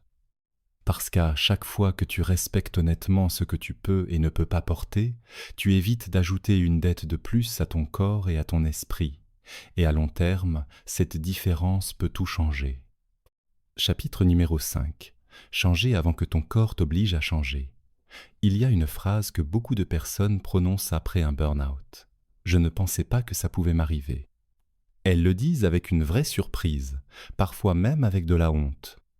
Comme si elles avaient échoué à un test que les autres auraient mieux réussi, comme si elles avaient été moins fortes, moins solides, moins capables. Mais la vérité est souvent très différente. Elles n'étaient pas faibles. Elles ont simplement continué trop longtemps, dans une façon de vivre qui n'était plus tenable. Elles ont attendu que la situation devienne impossible avant de s'autoriser à changer. C'est ce qu'a vécu Antoine. Pendant des années, il a fonctionné à un rythme que tout le monde autour de lui trouvait impressionnant. Il travaillait beaucoup, avançait vite, gérait plusieurs projets en même temps, répondait à toutes les sollicitations avec une efficacité presque automatique. Ses proches lui disaient parfois de ralentir. Il répondait toujours que ça allait, qu'il avait l'habitude, qu'il gérait. Et d'une certaine manière, c'était vrai. Il gérait. Jusqu'au jour où il n'a plus géré du tout. Un matin, devant son ordinateur, il a ouvert un fichier qu'il connaissait pourtant très bien. Il devait simplement relire quelques lignes. Il est resté 20 minutes devant l'écran, sans réussir à commencer. Son esprit était vide, pas distrait, vide. Il a tenté de se forcer. Il a relu la première phrase encore et encore, sans rien retenir. Puis il a senti monter une panique qu'il ne connaissait pas. Son cœur s'est mis à battre plus fort. Il a fermé l'ordinateur. Et pour la première fois depuis des années, il n'a pas réussi à reprendre le travail. Ce jour-là, Antoine a été obligé d'admettre que quelque chose devait changer. Le problème, c'est qu'il aurait pu commencer bien avant. Pas forcément en bouleversant toute sa vie du jour au lendemain, mais en corrigeant une série de choses qu'il avait laissées devenir normales. Les journées sans pause, les soirées toujours occupées, le téléphone consulté dès le réveil et juste avant de dormir. Le sentiment de culpabilité quand il ne produisait rien, les congés pris sans vraiment couper, les demandes acceptées sans jamais vérifier s'il avait encore la place. Tout cela ne l'avait pas détruit en une semaine. Mais répété pendant des mois, puis des années, cela avait fini par l'user en profondeur. C'est là le cœur de ce dernier chapitre. Pour éviter le burn-out, il ne suffit pas de repérer les signes et de comprendre pourquoi on dépasse ses limites. Il faut aussi accepter de modifier concrètement sa façon de vivre, pas seulement dans sa tête, dans son agenda, dans ses habitudes, dans ses réponses, dans ses priorités, dans la manière dont on travaille, dont on se repose, dont on laisse ou non les autres entrer dans notre espace mental. Beaucoup de personnes prennent conscience qu'elles vont trop loin, mais continuent presque pareil en espérant que le simple fait d'avoir compris changera quelque chose. Malheureusement, comprendre sans ajuster ne protège pas longtemps. Changer avant la rupture demande d'abord de sortir d'une illusion très répandue, celle qui consiste à croire que l'on pourra récupérer plus tard tout ce que l'on sacrifie aujourd'hui. Plus tard, je dormirai mieux. Plus tard, je reprendrai le sport. Plus tard, je passerai davantage de temps avec mes proches. Plus tard, je prendrai de vrais congés. Plus tard, je penserai à moi. Cette logique donne l'impression de tenir un cap temporaire. Mais bien souvent, le « plus tard » recule sans cesse. On atteint une échéance, puis une autre apparaît. On termine un dossier, puis un nouveau prend sa place. On traverse une période difficile, puis on découvre qu'une autre l'attend déjà au tournant. Si tu veux réellement éviter le burn-out, tu dois cesser de traiter ton équilibre comme un luxe à reporter après l'urgence. Il fait partie de l'urgence. Cela peut commencer par une question très simple. Qu'est-ce qui, dans ma semaine actuelle, me vide le plus? Pas en théorie, pas de façon vague, concrètement. Est-ce le manque de sommeil? Le fait de ne jamais avoir de pause réelle? Les soirées qui restent occupées par le travail ou les obligations? Les tâches que tu acceptes mais qui ne devraient pas t'appartenir? Les conflits que tu repousses au lieu de les traiter? L'absence totale de moments où personne ne te demande rien? Beaucoup de gens savent qu'ils sont épuisés, mais ne prennent pas le temps d'identifier précisément ce qui les épuise le plus. Résultat, ils essaient de se reposer un peu, mais sans toucher aux vraies sources du problème. Mélanie, par exemple, pensait qu'elle manquait surtout de vacances. Elle disait souvent « Dès que j'aurai quelques jours, ça ira mieux ». Pourtant, après un long week-end, elle se sentait à peine reposée. En discutant avec une amie, elle a fini par comprendre que son problème ne venait pas seulement du travail. Il venait du fait qu'elle ne sortait jamais vraiment du rôle de personne disponible. Au bureau, on comptait sur elle. À la maison, elle organisait beaucoup. Dans sa famille, elle répondait à tout. Même ses temps libres étaient rapidement remplis par des demandes, des courses, des services, des tâches en retard. Son agenda contenait du repos sur le papier, mais pas dans les faits. Elle avait du temps sans emploi officiel, mais presque jamais de temps vraiment à elle. Comprendre cela l'a obligée à faire des choix plus précis, refuser certains services, répartir davantage les responsabilités, sanctuariser une soirée par semaine sans obligation, arrêter de transformer chaque moment libre en créneau de rattrapage. Il faut parfois accepter que se préserver demande de déplaire un peu. C'est inconfortable, mais nécessaire. Si ton fonctionnement actuel repose sur le fait que tu te rends toujours disponible, alors ton changement va forcément se voir. Certaines habitudes devront être renégociées. Certaines personnes devront apprendre que tu ne réponds plus immédiatement. Certains collègues devront comprendre que ton silence hors horaire n'est pas un manque de sérieux. Certains proches devront accepter que tu n'es pas toujours le plan de secours automatique. Ce n'est pas agréable au début, surtout quand on a longtemps été reconnu pour sa disponibilité. Mais une vie dans laquelle tout le monde est satisfait, sauf toi, ne peut pas tenir indéfiniment. Changer avant que le corps n'impose l'arrêt, c'est aussi remettre le repos à sa juste place. Pas comme une récompense accordée seulement après avoir tout terminé. Pas comme une parenthèse honteuse dont on doit presque s'excuser. Le repos est une condition de fonctionnement. On ne demande pas à une voiture de rouler sans carburant sous prétexte qu'elle a encore une longue route à faire. Pourtant, beaucoup de gens s'imposent exactement cela. Ils attendent d'être à plat pour se demander pourquoi ils n'avancent plus. Se reposer avant d'être totalement épuisé n'est pas de la faiblesse, c'est de l'entretien. C'est ce qui permet de rester stable, lucide et disponible sur la durée. Le repos, d'ailleurs, ne signifie pas seulement dormir. Dormir est essentiel, bien sûr. Mais certaines personnes dorment et restent pourtant mentalement saturées, parce qu'elles ne connaissent plus de vrais espaces de déconnexion. Elles sont allongées sur le canapé, mais consultent encore leurs messages. Elles partent en week-end, mais vérifient régulièrement leurs mails.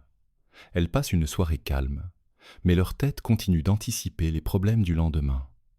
Pour récupérer, il faut parfois recréer des moments où l'on n'est pas joignable, pas productif, pas utile, pas en train de préparer la suite. Des moments simples. Marcher, lire. Cuisiner lentement. Être avec quelqu'un sans avoir à faire autre chose en même temps.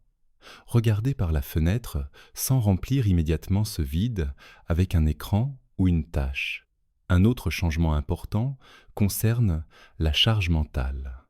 Beaucoup de personnes vivent avec une liste invisible qui tourne en permanence dans leur tête.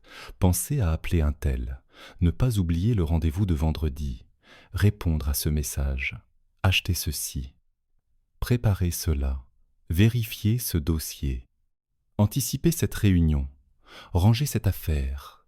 Cette liste ne s'arrête jamais. Même dans le calme, elle continue de faire du bruit. À long terme, cette présence mentale constante fatigue énormément. Apprendre à sortir certaines choses de sa tête peut déjà alléger. Noter ce qui tourne en boucle. Planifier certains sujets au lieu d'y penser sans cesse. Accepter aussi que tout ne sera pas fait aujourd'hui. Parfois, le cerveau ne demande pas une solution immédiate. Il demande juste qu'on cesse de lui répéter la même inquiétude 20 fois par jour. Il y a également une habitude à remettre en question, celle de vivre sans marge. Beaucoup de journées sont remplies au millimètre, chaque minute semble déjà affectée. Le moindre imprévu crée alors une sensation de débordement. Un appel qui dure plus longtemps que prévu. Un enfant malade, un trajet ralenti, une réunion ajoutée. Rien d'extraordinaire, mais comme il n'y a aucun espace, tout devient trop. Vivre sans marge donne une illusion d'efficacité, mais c'est souvent une manière de se placer en tension permanente. Prévoir un peu moins, laisser des plages non occupées, ne pas empiler les engagements comme si notre énergie était fixe et parfaitement prévisible, ce sont des choix qui semblent modestes, mais qui peuvent vraiment changer l'expérience d'une semaine entière. Paul a compris cela après plusieurs mois passés à courir d'un endroit à l'autre. Son agenda semblait très bien organisé, mais il n'y avait jamais de vide. Chaque déplacement était optimisé. Chaque soirée avait un objectif. Chaque créneau libre recevait rapidement une tâche utile. Il disait qu'il aimait être actif. Et c'était vrai. Mais il avait oublié qu'une vie pleine n'est pas forcément une vie équilibrée. Quand il a commencé à laisser volontairement certaines soirées sans programme, il a d'abord ressenti une sorte de malaise. Comme s'il gaspillait du temps. Puis il a redécouvert quelque chose qu'il avait perdu, la sensation de ne pas être pressé. Cela ne l'a pas rendu moins efficace, cela l'a rendu moins tendu. Changer pour éviter le burn-out demande aussi de revoir son rapport aux priorités. Beaucoup de personnes traitent comme urgent ce qui est simplement présent. Tout ce qui arrive attire leur attention immédiatement. Un message, un mail, une demande, une notification. Elles se sentent obligées de réagir dans l'instant. À force, elles passent leur journée à répondre aux mouvements des autres au lieu de construire les leurs. Savoir protéger son attention devient alors indispensable. Tout ne mérite pas une réponse immédiate. Tout ne doit pas interrompre ce que tu es en train de faire. Tout ne peut pas devenir ta priorité simplement parce que quelqu'un d'autre l'a décidé. Retrouver ce discernement réduit beaucoup la sensation d'être sans cesse aspiré par l'extérieur. Il faut aussi parler de l'aide. Certaines personnes attendent d'être complètement débordées pour demander du soutien. Elles espèrent encore gérer seules, prouver qu'elles peuvent, ne pas déranger. Puis lorsqu'elles demandent enfin de l'aide, elles sont déjà au bord du trop-plein. Demander plus tôt change tout. Au travail, cela peut vouloir dire signaler qu'une charge devient impossible à absorber. À la maison, cela peut vouloir dire répartir plus clairement les tâches au lieu de compenser silencieusement. Avec ses proches, cela peut vouloir dire honnêtement qu'on ne va pas bien, même si l'on n'a pas de solution toute prête. L'aide n'est pas toujours spectaculaire. Parfois, elle prend la forme d'une conversation qui fait tomber un poids, d'une tâche que quelqu'un reprend, d'un rendez-vous médical que l'on ose enfin prendre, d'un accompagnement qui évite de rester seul avec une difficulté qui grandit. Changer, enfin, demande d'accepter qu'on ne redeviendra pas forcément exactement la personne d'avant. C'est une idée importante. Certaines personnes veulent éviter le burn-out pour pouvoir continuer ensuite au même rythme, mais avec de meilleures astuces. Elles cherchent un moyen d'être plus résistantes sans remettre en question leur manière de vivre. Or, si ce rythme est précisément ce qui les abîme, l'objectif ne peut pas être d'y retourner identiquement avec davantage de résistance. Il faut parfois renoncer à l'image de soi que l'on entretenait, celle de la personne toujours disponible, toujours rapide, toujours irréprochable, toujours capable d'en faire plus. Ce renoncement peut être douloureux, mais il ouvre souvent la voie à quelque chose de plus juste. Antoine, après son arrêt, a beaucoup lutté contre cette idée. Il voulait revenir comme avant. Retrouver exactement la même cadence, la même intensité, la même capacité à tout mener de front. Puis il a compris que, comme avant, l'avait précisément mené là. Il ne s'agissait pas de devenir moins ambitieux. Il s'agissait de cesser d'utiliser son ambition contre lui-même. Quand il a repris progressivement, il a mis en place des changements qu'il aurait autrefois jugés inutiles, des horaires réellement respectés, des pauses prises sans culpabilité, moins de réunions acceptées automatiquement, des temps sans écran avant de dormir, des week-ends qui ne servaient plus uniquement à rattraper ce qui avait débordé la semaine. Il n'est pas devenu une autre personne. Il est devenu une personne qui avait enfin compris que durer compte davantage que tout donner jusqu'à casser. Éviter le burn-out ne signifie donc pas vivre dans la peur permanente de l'effort. Cela signifie apprendre à repérer le moment où l'effort devient un système de destruction. Cela signifie cesser d'applaudir intérieurement sa propre capacité à s'oublier. Cela signifie accepter de ralentir avant d'être stoppé, de demander avant d'être submergé, de dire non avant de ressentir de la colère contre tout le monde, de s'écouter avant de tomber malade de ne jamais l'avoir fait. Conclusion. Le burn-out ne commence pas le jour où l'on n'arrive plus à sortir du lit. Il commence bien avant. Il commence dans ces matins où l'on se réveille déjà fatigué. Dans ces soirées où l'on n'a plus l'énergie de parler. Dans ces messages auxquels on répond alors qu'on aurait besoin de silence. Dans ces tâches de plus que l'on accepte alors qu'on est déjà plein. Dans ces phrases que l'on se répète pour continuer. Ça va passer, je dois tenir, je n'ai pas le choix, ce n'est pas si grave. Il commence dans tout ce que l'on minimise parce qu'on pense pouvoir encore encaisser. Pendant longtemps, on peut donner l'impression que tout va bien. On travaille, on sourit, on s'occupe des autres, on répond présent, on maintient les apparences. Et parfois même, on devient très bon dans cet exercice. Tellement bon qu'on finit par se convaincre soi-même. On se dit qu'on gère, simplement parce qu'on n'est pas encore tombé. Mais ne pas être au sol ne veut pas toujours dire aller bien. Parfois, cela veut seulement dire qu'on est encore en train de lutter debout. Tout au long de ce livre, une idée est revenue sous différentes formes. Ton corps finit toujours par parler quand tu refuses trop longtemps de l'écouter. Il ne le fait pas pour te punir. Il ne le fait pas parce qu'il est faible. Il le fait parce qu'il cherche à te protéger. Une fatigue qui s'installe, un sommeil qui se dérègle, une irritabilité nouvelle, une perte d'envie, un esprit qui sature, ce ne sont pas forcément de simples petits défauts à corriger vite fait. Ce sont parfois des avertissements, des messages, une manière pour ton être entier de te dire que le rythme, la charge ou la façon dont tu vis ne sont plus supportables. La difficulté, c'est que nous avons souvent appris à valoriser l'inverse, tenir, ne pas déranger, être efficace, rester disponible, ne pas se plaindre, faire un effort supplémentaire, puis encore un autre. Beaucoup d'entre nous ont grandi avec l'idée qu'être fort, c'était se taire et continuer. Qu'être fiable, c'était ne jamais dire non. Qu'être généreux, c'était donner même lorsqu'il ne reste presque plus rien. Mais ces qualités, lorsqu'elles ne rencontrent aucune limite, peuvent devenir dangereuses. Ce qui semblait noble finit par nous vider. Ce qui faisait de nous une personne appréciée finit par nous enfermer dans un rôle dont nous ne savons plus sortir.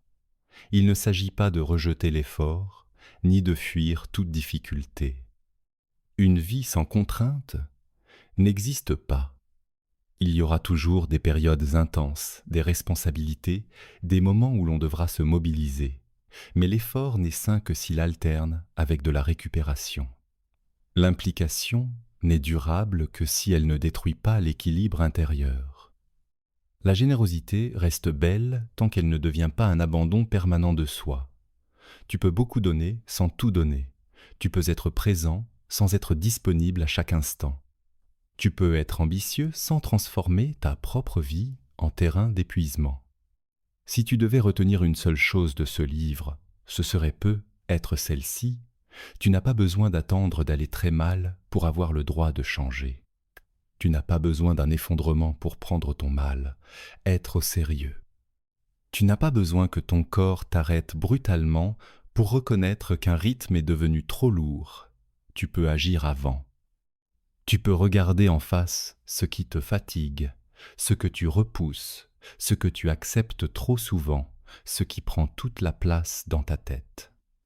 Tu peux ajuster, demander, refuser, ralentir, réorganiser, consulter, dire simplement « là, ce n'est plus bon pour moi, cela ne se fera pas toujours sans peur ».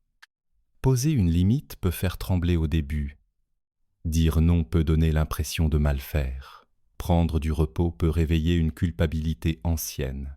Demander de l'aide peut sembler inconfortable lorsqu'on a toujours été celui ou celle qui gère. Mais chacune de ces actions est une façon de revenir vers toi, de te rappeler que tu n'es pas uniquement ce que tu produis, ce que tu portes ou ce que tu résous pour les autres. Tu es aussi une personne avec un corps, une énergie, un besoin de calme, une capacité qui n'est pas infinie. Il y aura être des jours où tu retomberas dans tes anciennes habitudes. Tu diras oui trop vite. Tu rempliras une semaine déjà pleine. Tu repousseras un moment de repos. Ce n'est pas grave. L'objectif n'est pas de devenir parfait dans l'art de se préserver.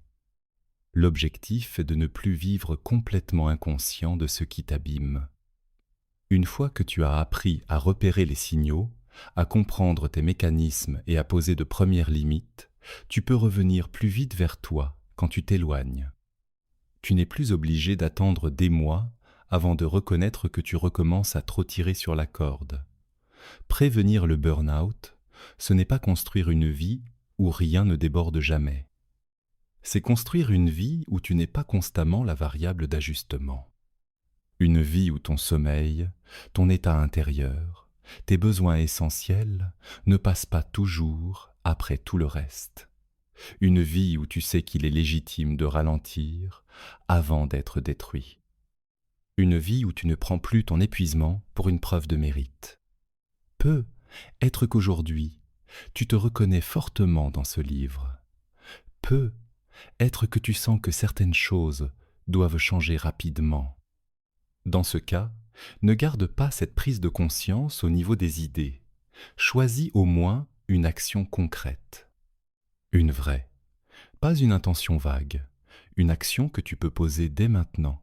Prendre un rendez-vous médical parce que ton état t'inquiète. Parler honnêtement à quelqu'un de confiance. Refuser une demande qui dépasse tes forces. Bloquer un temps de repos réel dans ta semaine. Couper une source de pression devenue permanente. Mettre des mots sur ce que tu vis au lieu de continuer à tout porter en silence. Et si tu lis ce livre à un moment où tu vas encore à peu près bien, prends-le comme une chance. La prévention est moins spectaculaire que la reconstruction, mais elle peut te sauver de beaucoup de douleurs. Apprendre à t'écouter maintenant, c'est éviter être d'avoir à tout réapprendre plus tard dans l'urgence. C'est comprendre que ta santé ne mérite pas seulement ton attention quand elle se dégrade. Elle mérite une place dans ta manière de vivre chaque jour. Il y a une grande différence entre être fort et se condamner à ne jamais plier. Le bois qui refuse toute souplesse finit par casser. L'être humain aussi. La vraie solidité n'est pas dans la tension permanente. Elle est dans la capacité à reconnaître quand il faut s'arrêter, souffler, déléguer, demander, se retirer un moment, puis revenir avec davantage de justesse. Tu n'as pas à prouver ta valeur en t'épuisant. Tu n'as pas à mériter le repos par la souffrance. Tu n'as pas à attendre que ton corps dise stop pour l'entendre. Ce que tu peux faire aujourd'hui, c'est choisir de ne plus te perdre en silence, choisir de prendre au sérieux ce qui se passe en toi. Choisir d'apprendre à poser tes limites, non pas contre les autres, mais pour rester entier. Parce qu'au fond, éviter le burn-out, ce n'est pas seulement éviter de s'effondrer. C'est refuser de vivre trop longtemps, loin de soi-même. C'est comprendre que tenir ne suffit pas toujours. Il faut aussi savoir habiter sa propre vie sans s'y consumer. Nous arrivons à la fin de ce livre. Si certaines phrases t'ont dérangé, si certaines vérités t'ont obligé à te regarder en face, alors ne laisse pas cette prise de conscience s'arrêter ici. Avec Livre Académie, tu vas apprendre chaque jour à devenir meilleur. Abonne-toi pour ne rien manquer des prochaines vidéos, continue à te construire au lieu de subir, et si tu as réellement appris quelque chose aujourd'hui, écris simplement en commentaire « J'ai appris ». À très bientôt.